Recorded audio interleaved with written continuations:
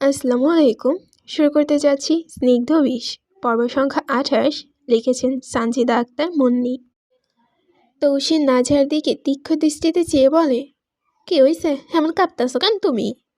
নাজহা জোরে শ্বাস ছেড়ে শক্ত হয়ে বলে, আজব, আমি কাঁপবে কেন? আপনি এত জোরে সামান্য ফোনের জন্য চিল্লালেন তাই। তৌসির ফোনটা ভালো করে দেখে নাই, সাইড বাটনে ক্লিক করে দেখে, না ঠিক আছে, কিছু হয়নি। এই নিয়ে ২৭ বার পড়ল হাত থেকে, এতবার পড়েও ঠিক আছে। তৌসির নাজিম চাচার নম্বরে কল দিয়ে সামনে পা বাড়ায় বাইরে যাওয়ার জন্য। নাজহা তৌসিরকে যেতে দেখি কিছু না ভেবে পিছন থেকে তৌসির হাত জাপটে ধরে। নাজার হঠাৎ এমন আচরণ দেখে তৌসির থমকে যায়, বুকের ভেতরটা ছ্যাদ করে ওঠে।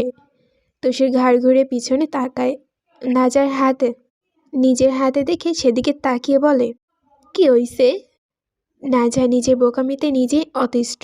ও হকচকিয়ে তৌসির হাত ছেড়ে দিয়ে বলে, না না না, কিছু হয়নি, এমনি। তৌসির এই শুনে আর চোখে নাজহার দিকে এক পলক তাকিয়ে সামনে ফিরে হাঁটা ধরে। নিজের হাতের দিকে তাকিয়ে ঠোঁটের কিনারায় এক চিলতে মিঠে হাসি ফুটে ওঠে। এরই মধ্যে নাজিম চাচার ফোন ধরেন। তৌসির বলে, রুদ্র কিসের লাগা কল দিছে ক? এটা বলতে বলতে রুম থেকে বেরিয়ে যায়। নাজহা জান ভয় শুকিয়ে যাচ্ছে, যদিও সে জানে কিলারটাকে তার বাড়ি থেকে পাঠানো হয়েছে, তাকে নিজের পরিচয় বলা হয়নি।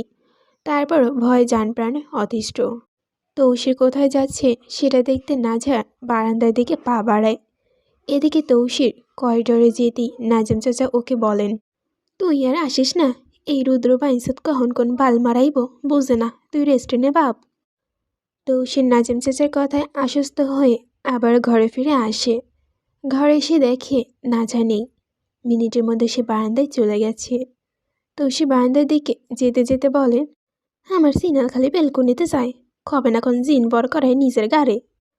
বারান্দায় গিয়ে দেখে নাজহা বেলকুনিতে হাত রেখে মাথার সামনে ঝুঁকে কিছু দেখার চেষ্টা করছে। তৌসির ধীর পায়ে নাজহার পিছনে গিয়ে দাঁড়ায় এবং তার কাঁধে হাত রাখে। আচমকে এমন হয় নাজহার ভয়ে লাফ দিয়ে পিছনে ফিরে তৌসিরকে দেখে বিস্ময় চরমে পৌঁছায়। তৌসির বাইরে গেল, আবার চলে এলো এত তাড়াতাড়ি। নাজহার মাথা হঠাৎ রাগ চড়ে যায়। কেন চড়ে, কী জন্য চড়ে বুঝতে পারে না সে। সে ঝাঁঝালো কণ্ঠে বলে, কথায় কথায় আমাকে ছোঁয়া ছেড়ে থাকতে পারেন না? বিষ লাগলে আপনার এই ছোঁয়ায়। আমি যে এত কিছু বলি শোনেন না কেন? তৌসির নাজহার এমন আচরণে স্তব্ধ। এই একটু আগেও তো কত ভালো আচরণ করছিল, আর এমন রূপ রং পাল্টে গেল। তৌসির তিক্ত সুরে বলল, ইসাদারি নাগিন, তোরে আমি সাদে কই? তুই একটা আস্ত রং বদলানো গিরগিটি। নাজহা তৌসিরের কথার জবাবে চিৎকার করে ওঠে, হ্যাঁ তো, আমি যা আমি তাই। কাছে আসার ফোন দিয়ে হাঁটছেন তাই না? এই যে এতক্ষণ ধরে এত রং ঢং সব আমাকে ভোগ করার ধান্দা, তাই না? আজ তো নিজের নিকৃষ্ট রূপটা দেখিয়ে দিয়েছেন, তাই নিজের চাহিদাটাও নিশ্চিত মিটিয়ে নেবেন। তৌসিরের রাগ হচ্ছে, সাথে কেমন একটা কষ্ট অনুভব হচ্ছে। নাজার হঠাৎ বেলাইনে কথা বলছে কেন, কি হয়েছে ওর? তৌসির হাত বাড়িয়ে নাজারের দুই বাহুতে হাত রাখতে চায়, কিন্তু নাজহার তা হতে দেয় না। সে সরে গিয়ে ঘরে যাওয়ার জন্য সামনে এগোতে এগোতে বলে, বলেছি না, নাজহতে আমায়, আপনারা আমায় নিজেদের স্বার্থে ইউজ করেছেন, ইউজ। আপনি আমাকে দিয়ে ফারদিনকে নিজেদের স্বার্থে হাসিল করতে মেরেছেন। আপনি একটা কিট। তৌসির নাজহারের বাহু টেনে তাকে নিজের সামনে এনে দাঁড় করায়, দাঁতে দাঁত চেপে বলে, তো তোর সমস্যা এইখানে যে হ্যাঁ আমি কেন তোর দিয়ে ফারদিনে মারাইলাম, তাই না? নাজহা তৌসিরের চোখে চোখ রেখে বলে, হ্যাঁ এটাই। কেন আপনি নিজের মতো পাপি আমাকে বানাচ্ছেন কেন?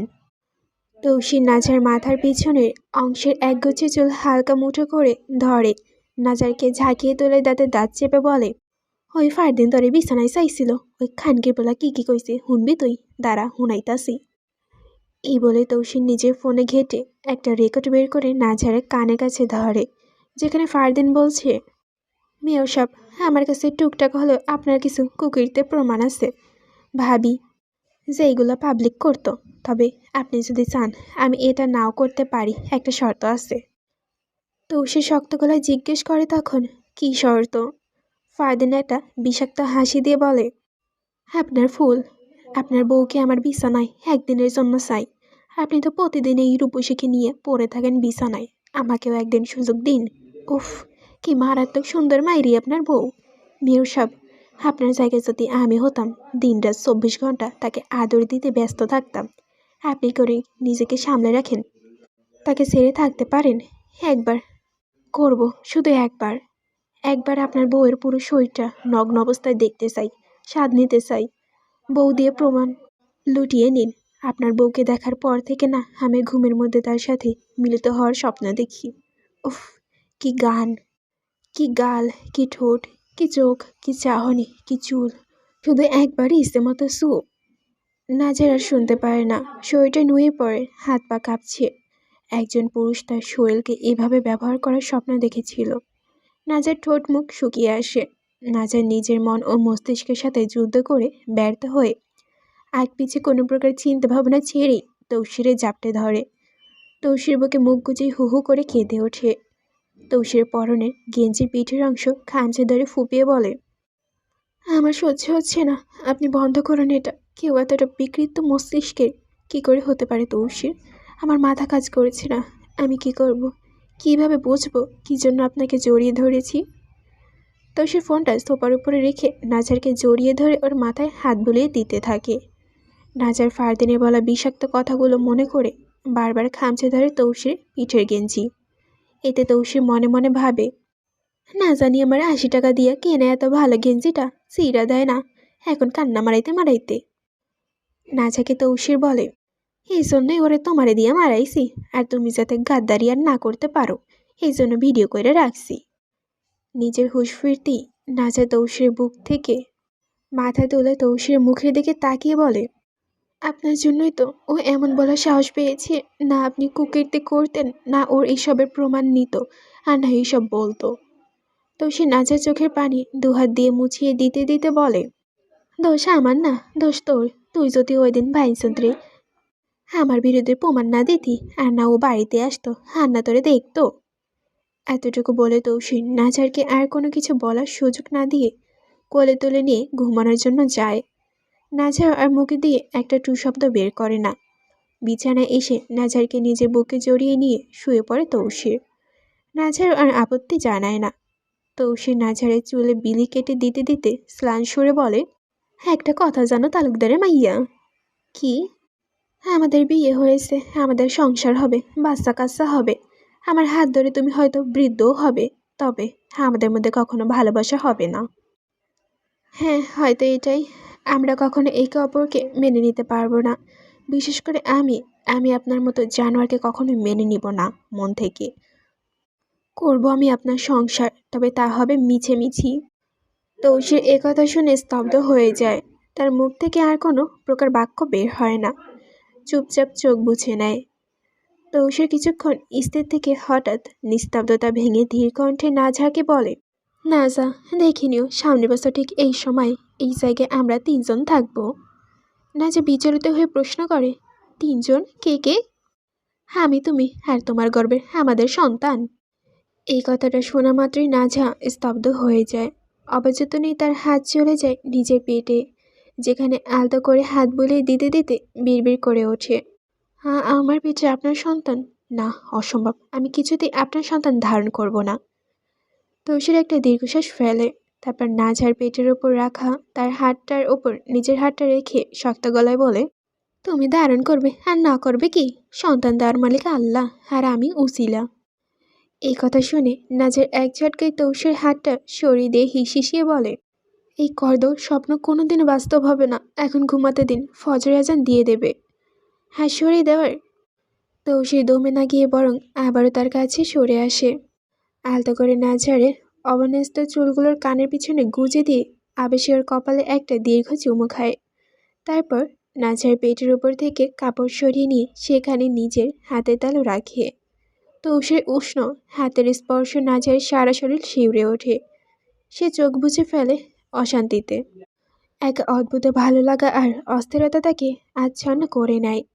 তৌসির ওর কানের কাছে মুখ নিয়ে ফিসফিস করে বলে, এই স্বপ্নটা আমরা 2জন মিলে পূর্ণ করব। নাজা দাঁতে দাঁত চেপে নিজের আবেগ সংবরণ করার চেষ্টা করলেও তৌসিরের এই গভীর সান্নিধ্যে তাকে ক্রমাগত নিস্তেজ করে দিচ্ছে। তবে নাজার আর নিজেকে ছাড়িয়ে নেয় না, বরং তৌসিরে দেওয়া এই মানবীয় যন্ত্রণাটুকু নিঃশব্দে উপভোগ করতে থাকে। পরিত্যক্ত একটি গোডাউন, এখন মরণ দশা চলতেছে। ঘরের ভেতরে চারদিকে ভ্যাপসা গন্ধ বইছে, আর সেখানে ওয়াসিম তার নিকৃষ্ট খেলা চালাচ্ছে। ঘরের মাঝখানে একটি মরচে ধরা লোহার টেবিল, সেই টেবিলের উপরে হাত পা ছড়িয়ে শক্ত করে বাঁধা রাখা 20 বছর বয়সী একটি নগ্ন তরুণীকে।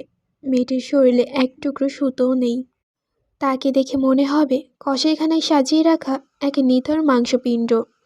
চারিদিকে ঘিরে দাঁড়িয়ে আছে ওয়াসিমের গ্যাংয়ের কিছু কাজ সদস্যরা। তাদের চোখে ক্ষুধার্ত নেকড়ের মতো আদিম লালসা।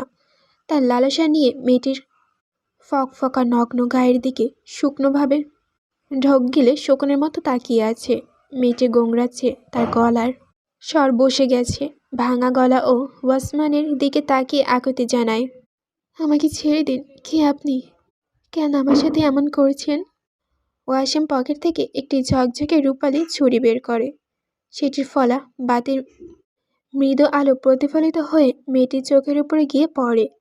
ধীর পায়ে টেবিলের কাছে এগিয়ে আসে ওয়াসিম, আর বরফ শীতল গলায় সে ফিসফিস করে বলে, তুমি তো আমার শিকার ডার্লিং। এই শরীর দিয়েই তো তুমি পুরুষ শিকার করো, তাই না? আজ ভাবলাম যে শিকারই করে সে নিজেই একটু শিকার হয়ে দেখুক। মেয়েটি বাঁচার শেষ চেষ্টায় কান্নায় ভেঙে পড়ে। শরীর কাঁপতে কাঁপতে সে বলে, আপনি যা চাইবেন আমি সব দেব। আপনি যা বলবেন আমি সব শুনব। আমি আপনার সাথে রাত কাটাতেও রাজি।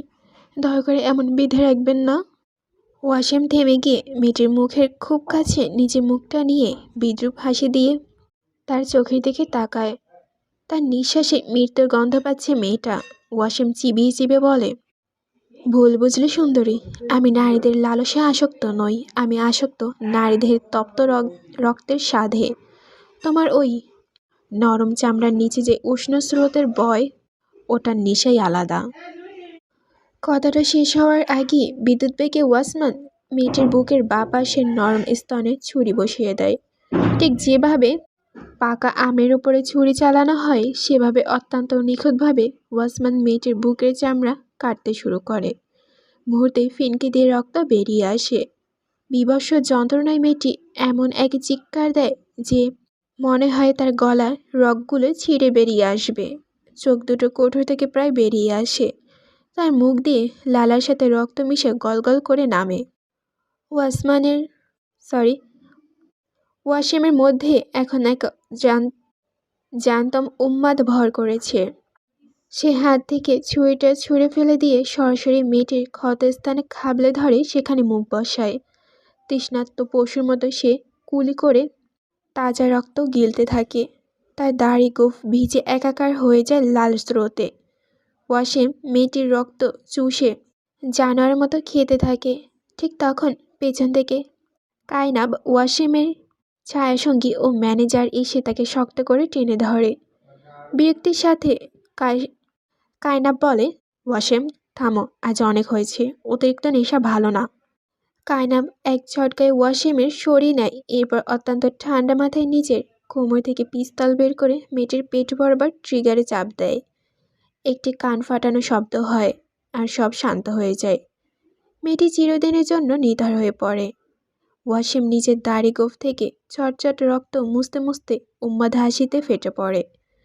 কায়নাবের দিকে তাকিয়ে বলে, কায়নাব, আমার ভাই আসছে, সব আয়োজন নিখুঁত হওয়া চাই। কায়নাব বুড়োকোচকে জিজ্ঞেস করে, কোন ভাই, বাংলাদেশি নাকি নাগাল্যান্ডের? ওয়াসিম নিজের রক্তে ভেজা শার্টটি খুলে দলা পাকিয়ে অন্ধকারের কোণায় ছুঁড়ে মারে। তার চোখে এখন এক নতুন ধ্বংসের নেশা। সে গর্জে উঠে বলে, দুইজনই আসছে, একসাথে দুইজনের জন্য আয়োজন করো কায়নাব, রক্তের বন্যা বইয়ে দাও। অট্টহাসিতে হাসতে হাসতে ওয়াসিম গোডাউন থেকে বেরিয়ে যায়। সকাল 10টা। শিকদার বাড়ির বিয়ের ধুম পড়ে গেছে। আগামীকাল ধ্রুব আর ইকরার বিয়ে, তাই আজ সকাল থেকেই বাড়িতে এলাহি কারবার। কিন্তু এই বাড়ির এক পুরনো রহস্য বিয়ে বা কোনো শুভ কাজে হলেই কাউকে না কাউকে জিনে ধরে। তৌসির বিয়ের সময় এই ঘটনা ঘটেছিল। আজ তার ব্যতিক্রম হলো না।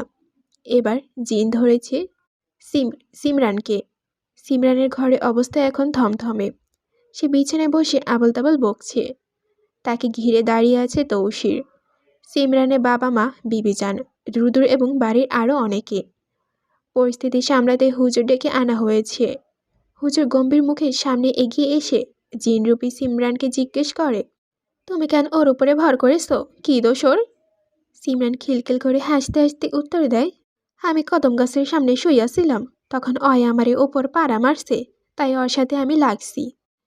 এই কথা শোনা মাত্র ঘরের আবহাওয়া বদলে যায়। ভয়ের বদলে বিরক্তি ফুটে ওঠে তৌসির সহ উপস্থিতি সবার চোখে। যাকে ধরে প্রতিবার সেই একই কদম গাছ আর গায়ে পাড়া দেওয়ার মিথ্যা অজুহাত দেখায়। তৌসির আর সহ্য করতে পারে না। বিরক্তি নিয়ে জিনরূপী সিমরানের এক কদম সামনে এসে দাঁড়ায় ও। তারপর তিক্ত সুরে বলে, তো তুই অদৃশ্য হইয়া যেখানে সেখানে সাউয়া মিললে শুয়ে থাকস কেন? ভালো হয়েছে পাড়া মারছে। সিমরানের ভেতর থাকা জিনটা চিৎকার করে শাসিয়ে বলে, এই তুই বেশি কথা কবি না, নত তোর বোনদের মাইরা দিমু। তৌসিরের মেজাজ এবার সপ্তমে চড়ে যায়। সে বিন্দুমাত্র ভয় না পেয়ে উল্টো সিমরানের চুলে হালকা করে টেনে ধরে ধমক দেয়, তুই না জিন, তুই না জাদু জানস, তাইলে তুই মাটিতে শুয়ে থাকস কেন? রূপার পালঙ্ক বানাইয়া সেখানে শুইতে পারস না? সিনাল কোথাকার, জিন যদি না হইতি তাইলে এতক্ষণে তোর সাউয়া ফাটাইয়ে দিতাম। অপমান আর রাগে জিন হুঙ্কার দিয়ে নিজেকে ছাড়িয়ে নেয়। তারপর বিবিজানের দিকে তাকিয়ে দাঁতে দাঁত খিচে বলে, তোর নাতিরে সামলা বড়ি, নয়তো তোর নাতির নয়া বউরে গিয়া ধরমু। বিবিজান এতক্ষণ চুপ ছিলেন, কিন্তু নতুন বউয়ের কথা শুনে তিনি আরও স্থির হতে থাকতে পারেন না। তিনি এগিয়ে গিয়ে সিমরান রূপে জিনের গালে কষিয়ে একটা থাপ্পড় মারে। তারপর চলা গড়ায় বিবিজান বলেন, তুই যাবি নাকি আমি আমার গুলারে ডাকবো? তখন কিন্তু অবস্থা খারাপ হয়ে যাইব। বিবিজানের থাপ্পড় আর ধমক খেয়ে জিনের সুর নরম হয়ে যায়। সে মিনমিনিয়ে বলে, আমারে আমার পাওনা দিয়ে দাও, আমারে 1 কেজি মিষ্টি দিয়ে দাও, আমি সইলা যামু। মিষ্টির কথা শুনে তৌসির খেকিয়ে ওঠে। কড়া গলায় বিবিজানকে বলে, বিবিজান কিসের মিষ্টি দিবা? এই মাদারচোদ দিনের খাওয়ানোর জন্য টাকা কি গাছে ধরে? 1 কেজি মিষ্টির দাম কমসে কম 350 টাকা। ওইসব ফালতু খরচ আমার করতে পারবো না। দাদাজান এতক্ষণ চুপ ছিলেন, এবার গম্ভীর হয়ে বিবিজানের দিকে তাকিয়ে বলেন, তুমি তোমার নাতিরে লইয়া এইখান থেকে যাও, আমি জিন সারাইনের ব্যবস্থা করতাছি। বিবিজান আর কথা বাড়ান না। তিনি উঠে দাঁড়ান এবং শক্ত হাতে তৌসির বাহু টেনে ধরে ওকে নিয়ে ঘর থেকে বেরিয়ে আসেন। বাইরে এসেই তৌসিরের গালে কষিয়ে একটা থাপ্পড় মারেন বিবিজান, আর দাঁতে দাঁত চেপে ফিসফিস করে বলেন, তুই যেমন গালাগালি করতাছিস, এই জিন যদি পরে উস্কে গিয়া তোর বউয়ের ঘাড়ে চাপে, নাজার এক রঙ্গা মাইয়া, ওরে ধরলে কি আর ছাড়বো মনে করস? তৌসির গালে হাত বুলে বিকারহীনভাবে হাসতে লাগে আর তাচ্ছিল্য সুরে বলে, আরে দূর, আমার বউরে এই জিন থেকে 10 গুণ তেজি। জিনের সাধ্য নাই ওরে ধরার, উল্টো আমার বউয়ের সাজের আগুনে পুইরা জিন সারকার হইয়া যাইব। বিবিজান গায়ের চাদরটা ঠিক করতে করতে দীর্ঘশ্বাস ফেলে বলেন, চল তোর ঘরে যাই, তোর বউয়ের লাগে আমার কিছু কথা আছে। ওদিকে নাজা বারান্দায় দাঁড়িয়ে ফোনে কথা বলছে। ফোনের ওপাশে তার মাস্টার চাচ্চু কাল রাতে ঘটে যাওয়া সব ঘটনা পুঙ্খানুপুঙ্খা রিপোর্ট করছে নাঝার। নাজা বলে, মাস্টার চাচ্চু, ওরা তোমাদের পাঠানো ওই কিলারকে ধরে ফেলেছে। যখন ধরেছিল তখন আমার গোলামের ফোনে কল এসেছিল, ও দেখতে গিয়েছিল কি হয়েছে, কিন্তু কিছু না দেখেই চলে এসেছে। আমি যখন মিথ্যা রাগ দেখিয়েছি, জানতে চাইলাম কেন আমাকে দিয়ে খুন করালো, তখন ও সত্যটা বলেছে। আমাকে ফারদিনের একটা রেকর্ড শুনিয়েছে। ওই ফারদিন ভালো লোক ছিল না মাস্টার চাচ্চু, আজ তো একটা জানোয়ার ছিল। মাস্টার চাচ্চু জিজ্ঞেস করলেন, সে তো জানি, কিন্তু কি করেছে সে? নাজার ঘৃণার সাথে উত্তর দিল, অনেক জঘন্য কাজ, যা তোমাকে মুখ দিয়ে বলতে পারবো না আমি। ওপাশ থেকে মাস্টার চাচু বলল, আচ্ছা বলতে হবে না, তুই শুধু মনে রাখবি তোর আসল কাজটা কি। বোকামি করে কান্না করিস না, ভয় পাস না। শিকারীর মতো তীক্ষ্ণ চোখে সামনের দিকে তাকিয়ে নাঝার বলে, না মনে রেখেছি। তোমরাও মনে রেখো, আমি কিন্তু তৌসিরের মতো পশুর সাথে সংসার করব না। কাজে শেষ হলে আমাকে এই লোকের থেকে বাঁচাতে হবে, কিন্তু সে তোকে বলতে হবে না। নাজার বাঁকা এসে বলে, না মনে করিয়ে দিলাম, কারণ তোমরা তো স্বার্থপর। স্বার্থ শেষ যদি আমার এই জাহান্নামে মরার জন্য ফেলে রাখো। কথাগুলো বলি ফোনটা নামিয়ে রেখে দেয় নাঝার। সংযোগ বিচ্ছিন্ন করে যেই না পেছনে ঘুরে দাঁড়াবে আচমকাই চড়াস করে একটি তীব্র চপড়াঘাত আছড়ে পড়ে তার লালিমা মাখা ফর্সা গালের ওপরে। থাপ্পড়টা মেরেছে স্বয়ং বিবিজান। ঘরের ভেতরে বিবিজান আর তৌসির আগে থেকে উপস্থিত ছিলেন এবং তারা সব কথা শুনে ফেলেছিলেন, তবে তা ঘুণাক্ষরেও টের পায়নি নাজহার। থাপ্পড়ের আঘাতটা এতটাই আকর্ষিত আর জোরালো ছিল যে নিজের আর স্থির রাখতে পারল না নাজহার। প্রচণ্ড অভিঘাতে মাথাটা চক্কর দিয়ে উঠল, চোখের সামনে পৃথিবীটা মুহূর্তেই ঝাপসা হয়ে যায়। টাল সামলাতে না পেরে ছিটকে মেঝের উপরে লুটিয়ে পড়ে নাজহা। আঘাতের তীব্রতায় নাক দিয়ে গড়িয়ে পড়ে উষ্ণ রক্তধারা।